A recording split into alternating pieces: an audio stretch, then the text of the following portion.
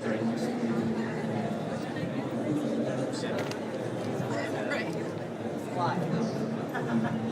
over here. So I feel like people talked about really amazing things around how criminalization of sex workers who are HIV positive works, and I just want to kind of narrow it down a little bit as well and talk about how there are all these systems in place when we talk about the responsibility of people who are HIV positive doing sex work to be, like careful about their health and careful about their John's health and all these things. We have to realize that there's so many things working against that. I mean, we all, everyone who does sex work knows that there's these systems in place that compromise our abilities to work safely, to work in ways that are sustainable, to take care of our health and the health of others.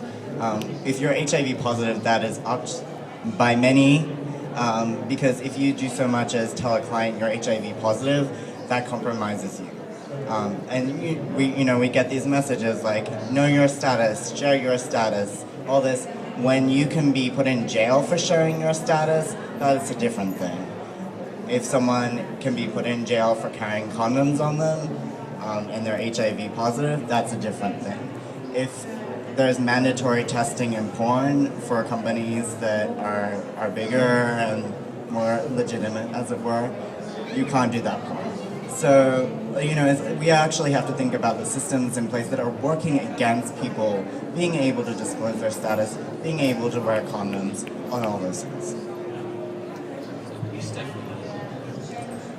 Thank you for bringing that up, Sid. And I think also to that effect, one thing that we've struggled with at St. James is health departments coming at us with these new programs and these new messaging, and that really are completely oblivious to the nuances of what it means to be a criminalized population. So we've had issues with partner notification programs where they really are trying to push these third-party anonymous partner notification programs, and they expect that we'll just be able to have a conversation with someone as soon as we disclose their status to them, and it'll just go off without a hitch. And Sid and I both have sat at a lot of tables going, are you aware that sex workers are criminalized for being HIV positive? Are you aware that there's all these, and a lot of times the answer is no. And so a lot of times I think it's important that sex workers and people who want to be advocates for sex workers are constantly raising these questions.